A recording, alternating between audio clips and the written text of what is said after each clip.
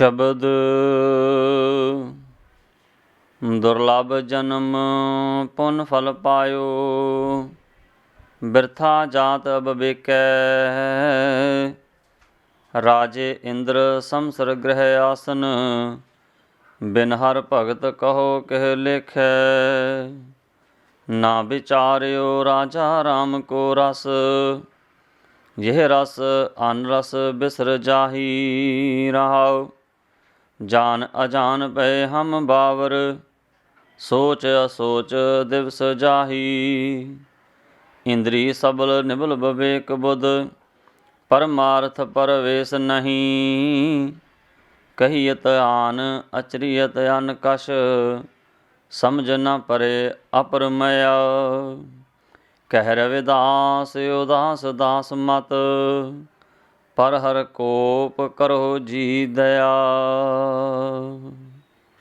ਸਤਿਗੁਰ ਰਵਿਦਾਸ ਜੀ ਮਹਾਰਾਜ ਮਾਨਵਤਾ ਨੂੰ ਉਪਦੇਸ਼ ਦਿੰਦੇ ਹਨ ਕਿ ਪ੍ਰਭੂ ਭਗਤੀ ਤੋਂ ਬਿਨਾਂ ਭਾਵੇਂ ਦੁਰਲਭ ਮਾਨਸ ਜਨਮ ਵਿੱਚ ਜੀਵ ਕੋਲੋਂ ਰਾਜੇ ਇੰਦਰ ਵਾਂਗ ਸਵਰਗ ਦਾ ਸੁੱਖ ਵੀ ਹੋਵੇ, ਸਭ ਨਿਸਫਲ ਹੈ। ਜੋ ਦੁਰਲਭ ਜਨਮ ਪੁਨ ਫਲ ਪਾਇਓ, ਬਿਰਥਾ ਜਾਤ ਅਬ ਵੇਕੈ। ਰਾਜੇ ਇੰਦਰ ਸੰਸਰ ਗ੍ਰਹਿ ਆਸਨ, ਬਿਨ ਹਰ ਭਗਤ ਕਹੋ ਕਹਿ ਲੇਖੈ। ਜੀਵ ਨੂੰ ਪਿਛਲੇ ਕੀਤੇ ਹੋਏ ਪੁੰਨਾਂ ਦਾ ਫਲ ਅਮੋਲਕ ਮਨੁੱਖਾ ਜਨਮ ਪ੍ਰਾਪਤ ਹੋਇਆ ਹੈ, ਪਰੰਤੂ ਆਤਮ ਵਿਚਾਰ ਤੋਂ ਬਿਨਾਂ ਇਹ ਜਨਮ ਨਿਹਫਲ ਜਾ ਰਿਹਾ ਹੈ। ਸਤਿਗੁਰ ਕਬੀਰ ਸਾਹਿਬ ਜੀ ਫਰਮਾਉਂਦੇ ਹਨ, ਕਬੀਰ ਮਾਨਸ ਜਨਮ ਦੁਰਲਭ ਹੈ, ਹੋਏ ਨਾ ਬਾਰੈ ਬਾਰ। ਜਿਉ ਬਨ ਫਲ ਪਾ ਕੇ ਭੋਏ ਗਿਰੇ, ਬਹੁਰ ਨਾ ਲਾਗੇ ਡਾਰ। ਮਾਨਸ ਜਨਮ ਅਮੋਲ ਹੈ, ਇਹ ਵਾਰ-ਵਾਰ ਪ੍ਰਾਪਤ ਨਹੀਂ ਹੁੰਦਾ।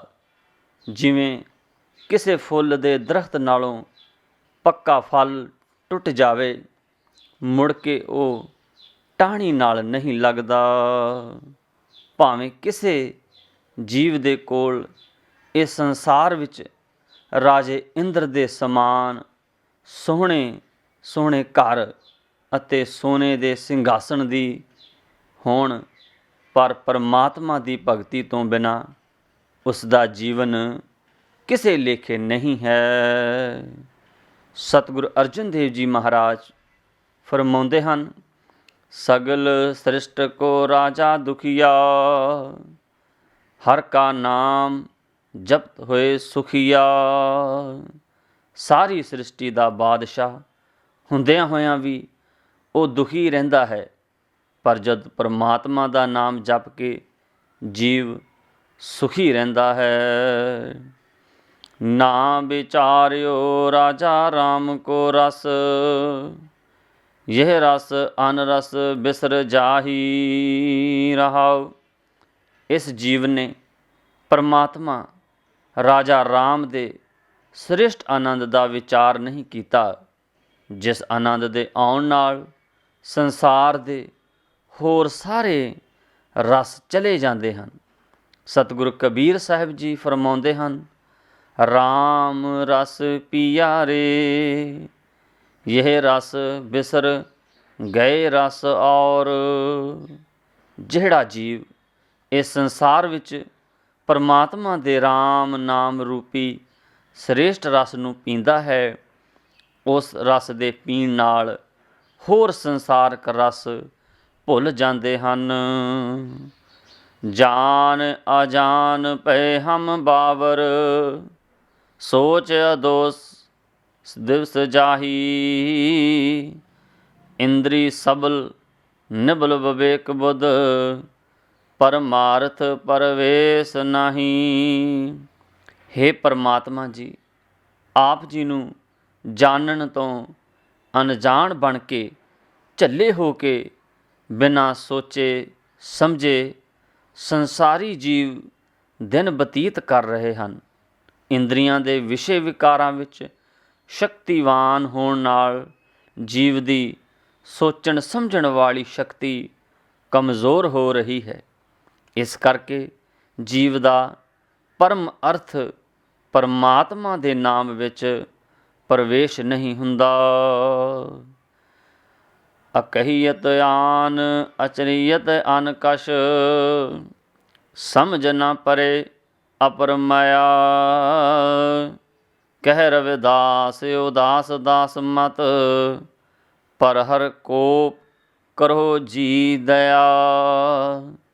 ਜੀਵ ਕਹਿੰਦਾ ਕੁਝ ਹੈ ਅਤੇ ਕਰਦਾ ਕੁਝ ਹੋਰ ਹੈ, ਤਥਾ ਗੱਲੀ ਅਸੀਂ ਚੰਗੀਆਂ ਆਚਾਰੀ ਬੁਰੀਆਂ। ਇਸ ਕਰਕੇ ਇਸ ਨੂੰ ਪ੍ਰਬਲ ਮਾਇਆ ਦੀ ਸਮਝ ਨਹੀਂ ਆਉਂਦੀ। ਸਤਿਗੁਰੂ ਰਵਿਦਾਸ ਜੀ ਕਹਿੰਦੇ ਹਨ ਕਿ ਪਰਮਾਤਮਾ ਜੀ ਮੇਰੀ ਦਾਸ ਦੀ ਮਤ ਮਾਇਆ ਤੋਂ ਉਪਰਾਮ ਹੈ।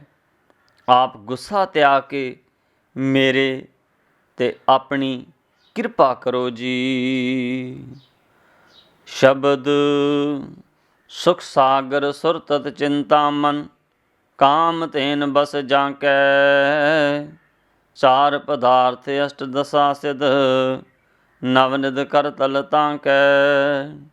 ਹਰ ਹਰ ਹਰ ਨਾ ਜਪੇ ਰਸਨਾ, ਅਵਰ ਸਭ ਤਿਆਗ ਬਚਨ ਰਚਨਾ। ਰਹਾਉ ਨਾਨਾ ਖਿਆਨ ਪੁਰਾਨ ਬਿਧ ਬਿਧ, ਚੌਤਿਸ ਅਕਸ਼ਰ ਮਾਹੀ। ਬਿਆਸ ਵਿਚਾਰ ਕਿਹੋ ਪਰਮਾਰਥ, ਰਾਮ ਨਾਮ ਸਰ ਨਾਹੀ। ਸਹਿਜ ਸੁਮਾਦ ਉਪਾਦ ਰਹਿਤ ਫੁਨ, ਬੜੇ ਭਾਗ ਲਿਵ ਲਾਗੀ। ਕਹਿ ਰਵਿਦਾਸ ਪ੍ਰਗਾਸ ਹਿਰਦੇ ਧਰ, ਜਨਮ ਮਰਨ ਪੈ ਭਾਗੀ। ਸਤਿਗੁਰੂ ਰਵਿਦਾਸ ਜੀ ਮਹਾਰਾਜ ਮਾਨਵਤਾ ਨੂੰ ਸੁੱਖਾਂ ਦੇ ਸਮੁੰਦਰ ਉਸ ਪਰਮਾਤਮਾ ਦੇ ਨਾਮ ਜਪਣ ਦਾ ਪਾਵਨ ਉਪਦੇਸ਼ ਦਿੰਦੇ ਹਨ। ਜਿਸ ਪਰਮਾਤਮਾ ਦੇ ਨਾਮ ਦੀ ਕੀਮਤ ਦੇ ਸਮਾਨ ਕੀਮਤ ਰੱਖਣ ਵਾਲੀ ਕੋਈ ਕੀਮਤੀ ਵਸਤੂ ਨਹੀਂ ਹੈ। ਸੁਖ ਸਾਗਰ ਸੁਰਤਤ ਚਿੰਤਾ ਮਨ, ਕਾਮ ਤੇਨ ਬਸ ਜਾਂਕੈ।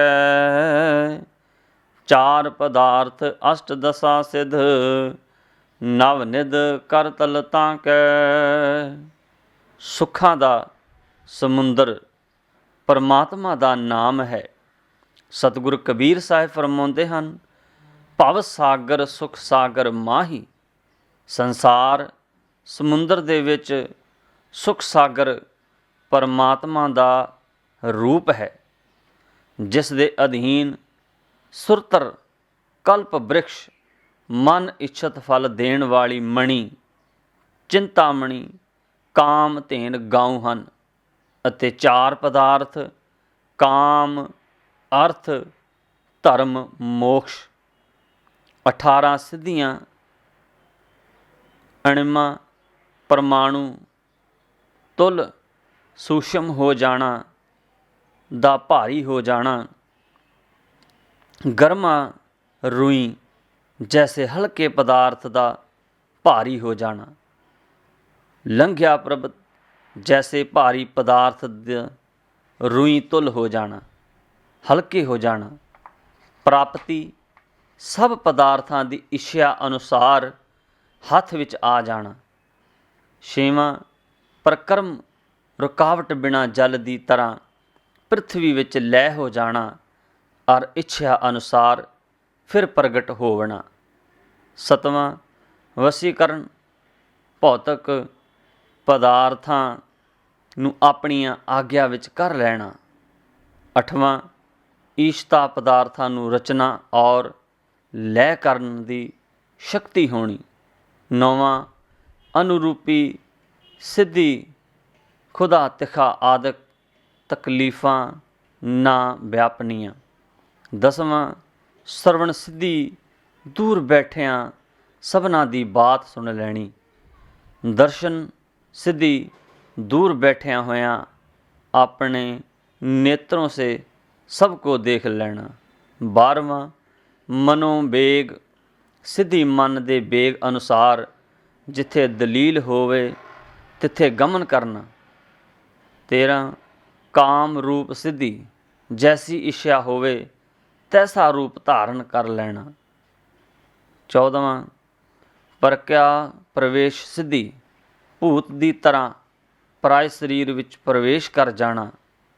15ਵਾਂ ਸਵੱਛ ਮਿਰਤੂ ਸਿੱਧੀ ਭੀਖਮ ਪਿਤਾਮਾ, ਵਤ ਆਪਣੀ ਇੱਛਾ ਅਨੁਸਾਰ ਦੇਹ ਤਿਆਗਣੀ। 16 ਸੁਰ क्रीड़ा सिद्धि, अपरशरा से मिलके विचर के देवन को देखना। 17 संकल्प सिद्धि, जो दिल ਵਿੱਚ ਸੰਕਲਪ ਧਾਰਨ ਕਰੇ ਸੋ ਪੂਰਾ ਹੋਣਾ। 18 ਅਪ੍ਰਤਿਹਗਤੀ ਸਿੱਧੀ, ਜਿੱਥੇ ਜਾਣਾ ਚਾਹੇ ਉੱਥੇ ਝਟ ਪੁੱਜ ਜਾਵੇ।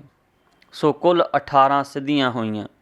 9 ਨਿਧੀਆਂ पद्म श्रवण आदक धातुओं की खरीद फरोख्त करनी। योग सब देव मंदिर बनावने ते श्रेष्ठ आचरण वाला होना। पद्म सिद्धि सौदी है, यह निध सतों गुणी पुत्र पोतरियों तक रहिंदी है। 2 मोती मूंगे हीरे माणकादों की सौदागरी करनी, उत्तम पुरुषों को दान देना, इसका नाम महापद्म निधि है। ये निधि भी सतोगुणी ते 7 पीढ़ियां तक रहिंदी है। बाण खड़ग बरशी धनुख ढाल आदि जमा करें, इनकी सौदागरी करें, राजाओं से मैत्री रखें, इसका नाम मकर निध है। ये निध तमोगुणी से है, एक पुरख तक रहेगी। अन्न घी गुड़ तेल आदिकों का व्यवहार करना, कश्यप के समान अंगों का संकोच अथवा रखना, ना आप खाना ना किसी को धन आदिक देना, जमीन विच दबा के रखना, इसका नाम कश्यप निध है। ये निध तमोगुणी है, एक पुरख पर्यंत रहंदी है। बीणा मृदंग आदिक बाजे संग्रहण करने, भट मांगद सूत गवैया को धन देना, वेसवा गमन करना, इसका नाम मुकंद निध है। ये निध रजोगुणी है, एक पुरख पर्यंत रहंदी है। धातुआं तो रत्ना ते अन्न आदिक व्यापार करना, अपमान ਦਾ ਬਚਨ ਨਾ ਸਹਿਣਾ, ਵਡਿਆਈਆਂ ਹੋਈਆਂ ਬਹੁਤ ਪ੍ਰੀਤ ਕਰਨੀ, ਬਹੁਤ ਭਾਰਿਆ ਹੋਣੀ, माँ संतान अच्छी होनी, पूर्व मृतों से मिलाप व प्रेम आलोप करना, नव्यों से बहुत करना, इसका नाम कुंद निध है। ये राजस तामस ते 2 पीढ़ी तक रहिंदी है। वस्त कपास अन्न फल पुष्प मोती मूंगे शंख सिप्पियाँ लकड़ियाँ और बहुत जल दी वस्तुओं से सौदागरी करनी, तालाब बगीचे लगाने, नदियाँ दे पुल बनाने, वृक्षों के जंगल और पुष्प बाट आदिक अनेक प्रकार के भोगों को भोगता होना, इसका नाम नील निध है। ये निध सातावक साम तामस ते 3 पीढ़ी तक रहिंदी है। अकेला ही उत्तम भोजन करें और उत्तम वस्त्र पहरें और सबको माड़ा अन्न देवें, वस्त्र मैले देवें, सुत दराओं को ना कुछ देवें, केवल अपने शरीर दी पालना करें। इस निध का नाम संतख निध है ते ये निध रजो तमो ते एक पुरख पर्यंत रहिंदी है। आम करके हर तरह का पदार्थ कोल होना खरब निध कही जाती है। उस प्रभु की हत्थी ते तली हन। सतगुर अर्जन देव जी फरमाते हैं, सब निधान 10 अष्ट निधान ठाकुर कर तल धरिया। सारे ही खजाने 18 सिद्धियाँ उस परमात्मा की तली उपर ਹਨ। ਜੋ ਜੀਵ ਪਰਮਾਤਮਾ ਦਾ ਸਿਮਰਨ ਕਰਕੇ ਪਰਮਾਤਮਾ ਨਾਲ ਇੱਕ ਮਿੱਕ ਹੋ ਜਾਂਦਾ ਹੈ, ਉਸ ਦੇ ਵੱਸ ਵਿੱਚ ਇਹ ਸਭ ਕੁਝ ਆ ਜਾਂਦਾ ਹੈ। ਹਰ ਹਰ ਹਰ ਨਾ ਜਪਹਿ ਰਸਨਾ, ਅਵਰ ਸਭ ਤਿਆਗ ਬਚਨ ਰਚਨਾ। ਰਹਾਉ। ਹੇ ਜੀਵ, ਤੂੰ ਐਸੇ ਸੁੱਖਾਂ ਦੇ ਸਮੁੰਦਰ ਦਾ ਨਾਮ ਆਪਣੀ ਰਸਨਾ ਨਾਲ ਕਿਉਂ ਨਹੀਂ ਜਪਦਾ?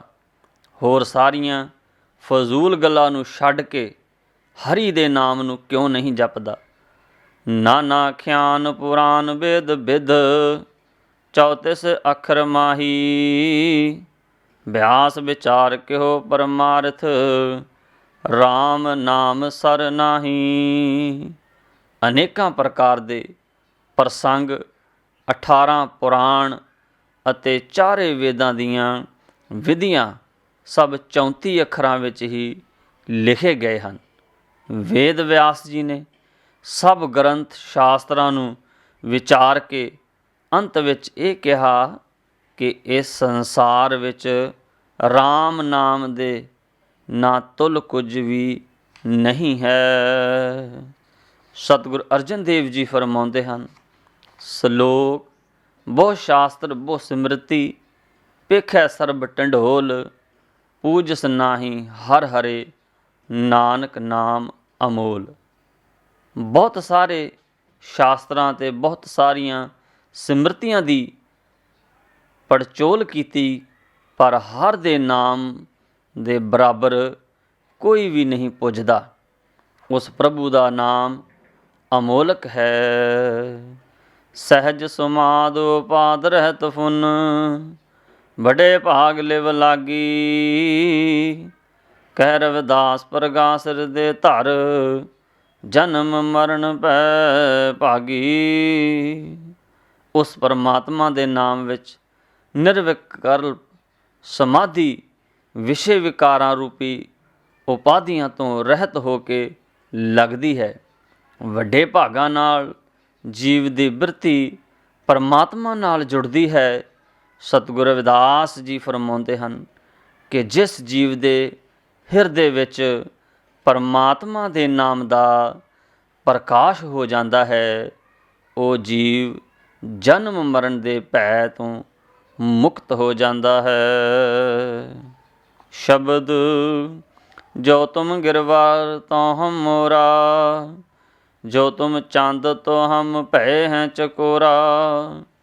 ਮਾਧਵੇ ਤੁਮ ਨਾ ਤੋਰੋ ਤੋ ਹਮ ਨਹੀਂ ਤੋਰੈ, ਤੁਮ ਸਿਓ ਤੋਰ ਕਵਨ ਸਿਉ ਜੋਰੈ। ਰਹਾਉ। ਜੋ ਤੁਮ ਦਿਵਰਾ ਤੋ ਹਮ ਬਾਤੀ, ਜੋ ਤੁਮ ਤੀਰ ਤੋ ਹਮ ਜਾਤੀ। ਸਾਚੀ ਪ੍ਰੀਤ ਹਮ ਤੁਮ ਸਿਉ ਜੋਰੀ, ਤੁਮ ਸਿਉ ਜੋਰ ਅਵਰ ਸੰਗ ਤੋਰੀ। ਜਹ ਜਹ ਜਾਉ ਤਹਾਂ ਤੇਰੀ ਸੇਵਾ, ਤੁਮ ਸੋ ਠਾਕੁਰ ਔਰ ਨ ਦੇਵਾ। ਤੁਮਰੇ ਭਜਨ ਕਟੇ ਜਮ ਫਾਸਾ, ਭਗਤ ਹੇਤ ਗਾਵੈ ਰਵਿਦਾਸਾ। ਸਤਿਗੁਰ ਰਵਿਦਾਸ ਜੀ ਮਹਾਰਾਜ ਮਾਨਵਤਾ ਨੂੰ ਪਰਮਾਤਮਾ ਨਾਲ ਅਟੁੱਟ ਪ੍ਰੀਤੀ ਕਰਨ ਦਾ ਉਪਦੇਸ਼ ਦਿੰਦੇ ਹਨ। ਜੋ ਤੁਮ ਗਿਰਵਰ ਤੋ ਹਮ ਮੋਰਾ, ਜੋ ਤੁਮ ਚੰਦ ਤੋ ਹਮ ਭੈ ਹੈ ਚਕੋਰਾ। ਪਰਮਾਤਮਾ ਜੀ, ਮੇਰੀ ਪ੍ਰੀਤੀ ਆਪ ਨਾਲ ਇਸ ਤਰ੍ਹਾਂ ਹੈ, ਜੇਕਰ ਆਪ ਹਰਿਆਵਲੇ ਪਹਾੜ ਹੋਵੋ ਤਾਂ ਮੈਂ ਉਸ ਪਹਾੜ ਉੱਤੇ ਰਹਿਣ ਵਾਲਾ ਮੋਰ ਬਣਾ, ਕਿਉਂਕਿ ਮੋਰ ਦੀ ਸਭ ਤੋਂ ਵੱਧ ਪ੍ਰੀਤੀ ਹਰਿਆਵਲੇ ਪਹਾੜ ਨਾਲ ਹੀ ਹੁੰਦੀ ਹੈ। ਜੇਕਰ ਆਪ ਚੰਦਰਮਾ ਹੋਵੋ ਤਾਂ ਮੈਂ ਚਕੋਰ ਹੋਵਾਂ। ਸਤਿਗੁਰ ਅਰਜਨ ਦੇਵ ਜੀ ਫਰਮਾਉਂਦੇ ਹਨ, ਪ੍ਰਭ ਤੁਝ ਬਿਨ ਨਹੀਂ ਹੋਰ, ਮਨ ਪ੍ਰੀਤ ਚੰਦ ਚਕੋਰ।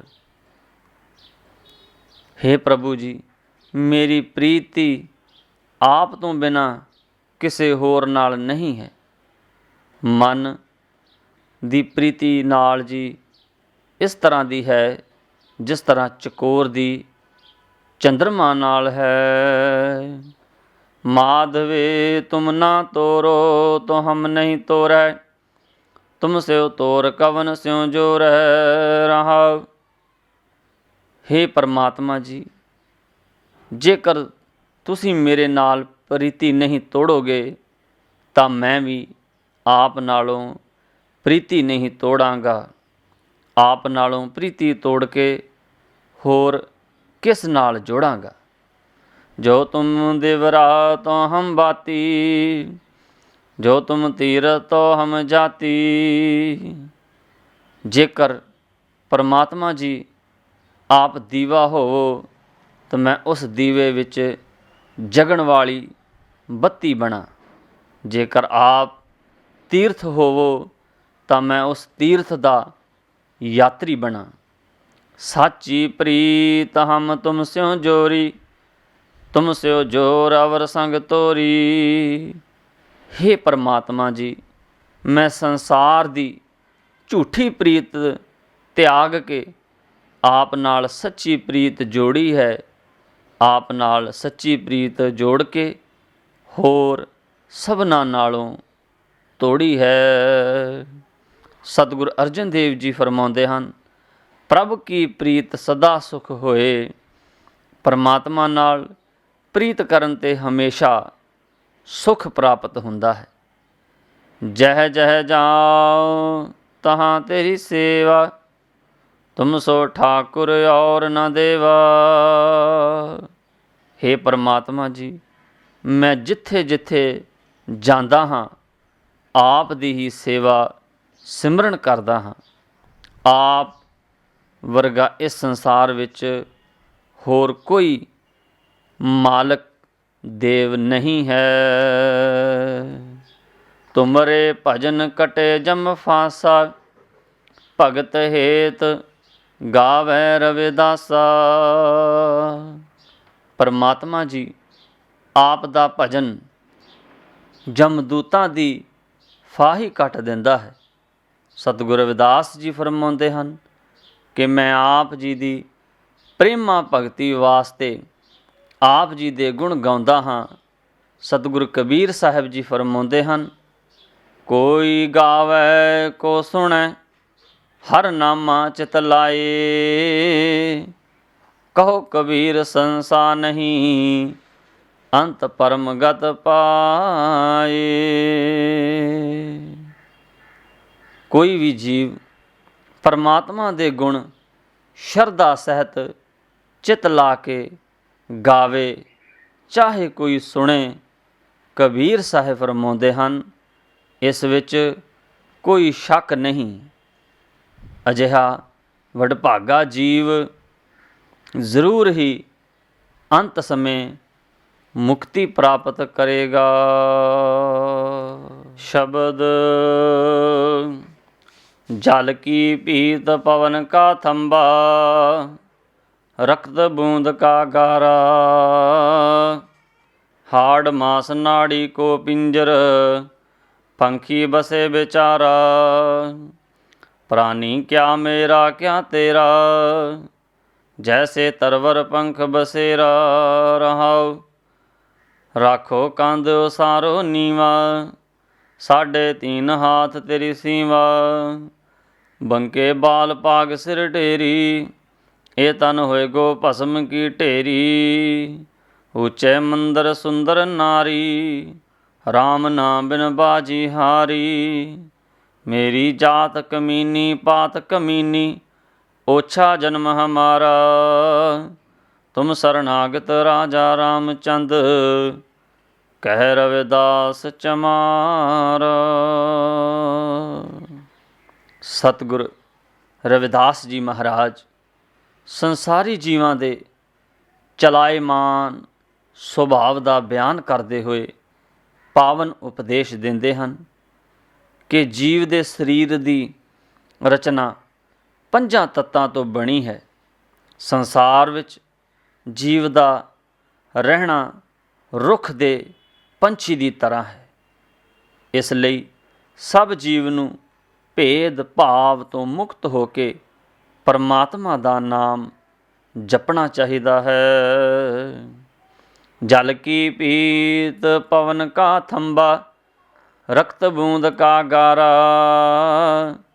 हाड़ मास नाड़ी को पिंजर, पंखी बसे बेचारा। जीव ਦਾ ਸਰੀਰ ਪੰਜਾਂ ਤੱਤਾਂ ਤੋਂ ਬਣਿਆ ਹੈ।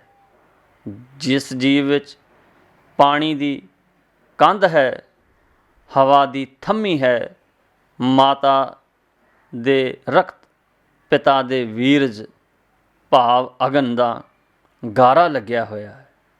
ਹੱਡੀਆਂ ਅਤੇ ਮਾਸ, ਮਿੱਟੀ ਅਤੇ ਨਾੜੀਆਂ ਆਕਾਸ਼ ਦਾ ਪਿੰਜਰ ਬਣਿਆ ਹੋਇਆ ਹੈ, ਜਿਸ ਵਿੱਚ ਆਤਮਾ ਰੂਪੀ ਪੰਛੀ ਵਿਚਾਰਾ ਵਸਦਾ ਹੈ। ਪ੍ਰਾਨੀ ਕਿਆ ਮੇਰਾ ਕਿਆ ਤੇਰਾ, ਜੈਸੇ ਤਰਵਰ ਪੰਖ ਬਸੇਰਾ। ਰਹਾਉ। ਹੇ ਜੀਵ, ਇਸ ਸੰਸਾਰ ਵਿੱਚ ਕੀ ਮੇਰਾ ਅਤੇ ਕੀ ਤੇਰਾ ਹੈ। ਜੀਵ ਦਾ ਇਸ ਸੰਸਾਰ ਵਿੱਚ ਰਹਿਣਾ ਰੁੱਖ ਦੇ ਪੰਛੀ ਵਾਂਗ ਹੈ। ਜਿਵੇਂ ਕੋਈ ਪੰਛੀ ਆਕਾਸ਼ ਵਿੱਚ ਉੱਡਦਾ ਹੈ ਅਤੇ ਰਾਤ ਕੱਟਣ ਲਈ ਕਿਸੇ ਰੁੱਖ 'ਤੇ ਠਹਿਰਦਾ ਹੈ ਅਤੇ ਸਵੇਰ ਹੁੰਦੇ ਹੀ ਉੱਡ ਜਾਂਦਾ ਹੈ।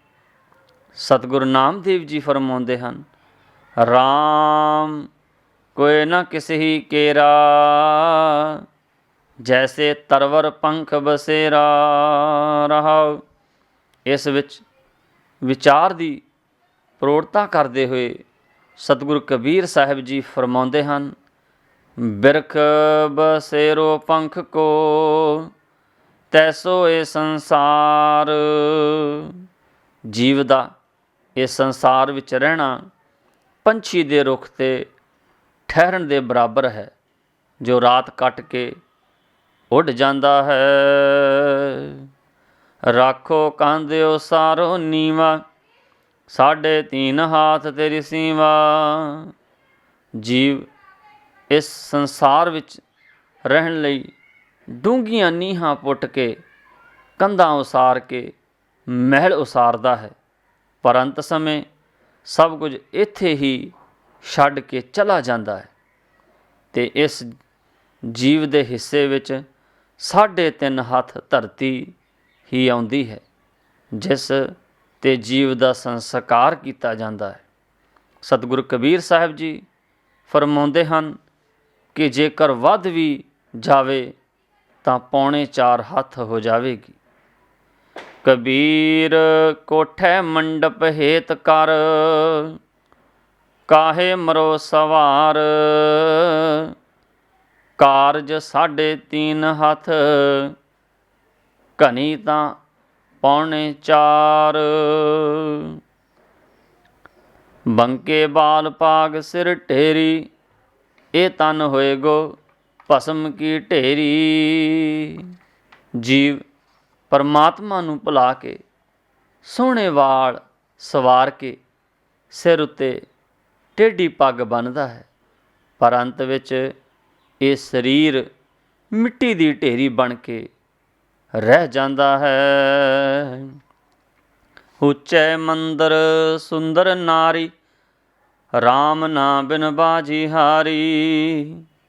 ਜੇਕਰ ਜੀਵ ਦੇ ਕੋਲ ਉੱਚੇ ਮਹਿਲ ਹੋਣ ਅਤੇ ਉਸ ਵਿੱਚ ਸੁੰਦਰ ਇਸਤਰੀ ਹੋਵੇ, ਤਾਂ ਵੀ ਪਰਮਾਤਮਾ ਦੇ ਨਾਮ ਤੋਂ ਬਿਨਾਂ ਅਮੋਲਕ ਮਨੁੱਖ ਜਨਮ ਦੀ ਬਾਜੀ ਹਾਰ ਜਾਂਦਾ ਹੈ। ਮੇਰੀ ਜਾਤ ਕਮੀਨੀ ਪਾਤ ਕਮੀਨੀ, ਓਛਾ ਜਨਮ ਹਮਾਰਾ। ਤੁਮ ਸ਼ਰਨਾਗਤ ਰਾਜਾ ਰਾਮਚੰਦ, ਕਹਿ ਰਵਿਦਾਸ ਚਮਾਰਾ। ਜੀਵ ਦਾ ਵਿਕਾਰਾਂ ਨਾਲ ਸੰਗ ਹੋਣ ਕਰਕੇ ਜੀਵ ਦਾ ਸੁਭਾਅ ਸੰਗਤ ਅਤੇ ਘਟੀਆ ਜੀਵਨ ਬਣ ਜਾਂਦਾ ਹੈ। ਸਤਿਗੁਰ ਰਵਿਦਾਸ ਚਮਾਰ ਕਹਿੰਦੇ ਹਨ ਕਿ ਸਭ ਦੇ ਰਾਜੇ ਪਰਮਾਤਮਾ ਜੀ, ਮੈਂ ਆਪ ਦੀ ਸ਼ਰਨ ਵਿੱਚ ਆਇਆ ਹਾਂ, ਆਪ ਮੇਰੇ ਉੱਪਰ ਕਿਰਪਾ ਕਰੋ ਜੀ। ਸ਼ਬਦ ਚਮਰਟਾ ਗਾਂਠ ਨਾ ਜਨਹੀ, ਲੋਗ ਗਠਾਵੈ ਪਨਹੀ। ਰਹਾਉ। आर नहीं जे तोपो, नहीं राम्बी ठाओ रोपो। लोग गांठ गांठ खरे बेगुचा, हों बिन गांठे जाए पहुँचा। रविदास जपे राम नामा, मोह जम स्यों नाही कामा। ਸਤਿਗੁਰੂ ਰਵਿਦਾਸ ਜੀ ਮਹਾਰਾਜ ਮਾਨਵਤਾ ਨੂੰ ਉਪਦੇਸ਼ ਦਿੰਦੇ ਹਨ ਕਿ ਜਿਹੜਾ ਜੀਵ ਇਸ ਸਰੀਰ ਨਾਲ ਝੂਠੀ ਪ੍ਰੀਤ ਤਿਆਗ ਕੇ ਪਰਮਾਤਮਾ ਦਾ ਨਾਮ ਜਪਦਾ ਹੈ, ਉਹ ਜਮਦੂਤਾਂ ਦੇ ਭੈ ਤੋਂ ਰਹਿਤ ਹੋ ਕੇ ਮੁਕਤ ਹੋ ਜਾਂਦਾ ਹੈ। ਚਮਰਟਾ ਗਾਂਠ ਨਾ ਜਨਹੀ, ਲੋਕ ਗਠਾਵੈ ਪਨਹੀ। ਰਹਾਉ ਚਮੜੇ ਨਾਲ ਮੜੇ ਹੋਏ ਸਰੀਰ ਨਾਲ ਮੈਂ ਝੂਠੀ ਪ੍ਰੀਤ ਕਰਨੀ ਨਹੀਂ ਜਾਣਦਾ। ਸੰਸਾਰੀ ਲੋਕ ਮੇਰੇ ਕੋਲ ਸਰੀਰ ਰੂਪੀ ਜੁੱਤੀ ਗੰਢਾਉਣ ਭਾਵ ਪਦਾਰਥਾਂ ਨਾਲ ਝੂਠੀ ਗੰਢ ਪਾਉਣ ਲਈ ਆਉਂਦੇ ਹਨ। ਆਰ ਨਹੀਂ ਜੇ ਤੋਪੋ, ਨਹੀਂ ਰਾਂਬੀ ਠਾਓ ਰੂਪੋ। ਮੇਰੇ ਕੋਲ ਤੀਖਣ ਬੁੱਧੀ ਰੂਪੀ ਆਰ ਨਹੀਂ ਹੈ, ਜਿਸ ਨਾਲ ਮੈਂ ਇਸ ਸਰੀਰ ਨਾਲ ਝੂਠੀ ਗੰਢ ਤਰੁਪ ਕਰਾਂ। ਨਾ ਹੀ ਮੇਰੇ ਕੋਲ ਰੰਬੀ ਭਾਵ ਕੱਟ ਵੱਢ ਕਰਕੇ ਉਲਟੀਆਂ ਸਿੱਧੀਆਂ ਧੋਖੇ ਭਰੀਆਂ ਗੱਲਾਂ ਵਾਲੀ ਵਿਦਿਆ ਹੈ, ਜਿਸ ਨਾਲ ਪਦਾਰਥ ਰੂਪੀ ਚਮੜੇ ਦੀ ਟਾਕੀ ਨੂੰ ਛਿੱਲ ਕੇ ਸਵਾਰ ਕੇ ਸਰੀਰ ਰੂਪੀ ਜੁੱਤੀ ਉੱਪਰ ਲਗਾ ਸਕਾਂ। ਭਾਵ ਸੰਸਾਰ ਨਾਲ ਗੂੜੀ ਪ੍ਰੀਤੀ ਕਰ ਸਕਾਂ। ਲੋਗ ਗੰਠ ਗੰਠ ਖਰਾ ਬੇਗੁਚਾ, ਹੋਂ ਬਿਨ ਗਾਂਠੇ ਜਾਏ ਪਹੁੰਚਾ। ਸੰਸਾਰੀ ਲੋਕ ਇਸ ਸਰੀਰ ਨਾਲ ਝੂਠੀ ਪ੍ਰੀਤ ਜੋੜ ਕੇ ਤੇ ਝੂਠੇ ਸੰਸਾਰ ਨਾਲ ਪ੍ਰੀਤੀ ਕਰਕੇ ਚੰਗੇ ਭਲੇ ਖੁਆਰ ਹੋ ਰਹੇ ਹਨ, ਪਰ ਮੈਂ ਝੂਠੇ ਸੰਸਾਰ ਅਤੇ ਸੰਸਾਰੀ ਪਦਾਰਥਾਂ ਨਾਲ ਪ੍ਰੀਤੀ ਨਹੀਂ ਕੀਤੀ। ਪਰਮਾਤਮਾ ਨਾਲ ਸੱਚੀ ਪ੍ਰੀਤ ਕਰਕੇ ਉਸ ਕੋਲ ਪਹੁੰਚ ਗਿਆ ਹਾਂ, ਭਾਵ ਉਸ ਵਿੱਚ ਹੀ ਅਭੇਦ ਹੋ ਗਿਆ ਹਾਂ। ਰਵਿਦਾਸ ਜਪੇ ਰਾਮ ਨਾਮਾ, ਮੋਹ ਜਮ ਸਿਓ ਨਾਹੀ ਕਾਮਾ। ਸਤਿਗੁਰੂ ਰਵਿਦਾਸ ਜੀ ਫਰਮਾਉਂਦੇ ਹਨ ਕਿ ਮੈਂ ਪਰਮਾਤਮਾ ਦਾ ਰਾਮ ਨਾਮ ਜਪ ਕੇ ਸੱਚੀ ਪ੍ਰੀਤੀ ਪਾ ਲਈ ਹੈ, ਇਸ ਕਰਕੇ ਹੁਣ ਮੇਰਾ ਜਮਦੂਤਾਂ ਨਾਲ ਕੋਈ ਵਾਸਤਾ ਨਹੀਂ ਹੈ। ਸਤਿਗੁਰੂ ਕਬੀਰ ਸਾਹਿਬ ਜੀ ਫਰਮਾਉਂਦੇ ਹਨ, ਕਹਿਤ ਕਬੀਰ ਅਵਰ ਨਹੀਂ ਕਾਮਾ, ਹਮਰੇ ਮਨ ਧਨ ਰਾਮ ਕੋ ਨਾਮਾ। ਸਰੀਰ ਸੰਸਾਰ ਵਿੱਚ ਪਰਮਾਤਮਾ ਦੇ ਨਾਮ ਤੋਂ ਬਿਨਾਂ ਹੋਰ ਕਿਸੇ ਨਾਲ ਸਾਡਾ ਕੋਈ ਸੰਬੰਧ ਨਹੀਂ ਹੈ। ਮੇਰੇ ਮਨ ਵਿੱਚ ਪਰਮਾਤਮਾ ਦੇ ਨਾਮ ਦਾ ਸ੍ਰੇਸ਼ਟ ਧਨ ਹੈ। ਸ਼ਬਦ ਰੇ ਮਨ ਚੇਤ ਮੀਚ ਦਿਨ ਆਇਆ, ਤੋ ਜਗ ਜਾਲ ਨ ਭਇਆ ਪਰਾਇਆ। ਟੇਕ ਕਾਨ ਸੁਨੇ ਨਾ ਨਜ਼ਰ ਦੀਸੈ, ਜੇ ਥਿਰ ਨਾ ਰਹਾਈ। ਮੁੰਡ ਰੂ ਤਨ ਥਰ ਥਰ ਕੰਪੈ, ਅੰਤੋ ਪ੍ਰਿਹਾ ਪਹੁਤੋ ਆਈ। ਕੇਸੋ ਸੇ ਤੋ ਪਿਕ ਭਏ, ਤਨ ਮਨ ਬਲ ਬਿਲਮਾਇਆ। ਮਦਿਆਨ ਗਿਓ ਤੁਰਾ ਚਲ ਆਈ, ਅਜਹੂ ਜਾਗਰ ਹੋ ਪਰਮਾਇਆ। ਪਾਣੀ ਗਿਓ ਪਲ ਛੀਜੇ ਕਾਇਆ, ਯਹ ਤਨ ਜਰਾ ਜਰਾਨਾ। ਪਾਂਚੋ ਥਾਕੇ ਜਰਾ ਜਰ ਸਾਨੈ, ਤੋ ਰਾਮੈ ਮਰਮ ਨ ਜਾਨਾ। ਹੰਸ ਪਖੇਰੂ ਚੰਚਲ ਭਾਈ, ਸਮਝ ਪੇਖ ਮਨ ਮਾਹੇ।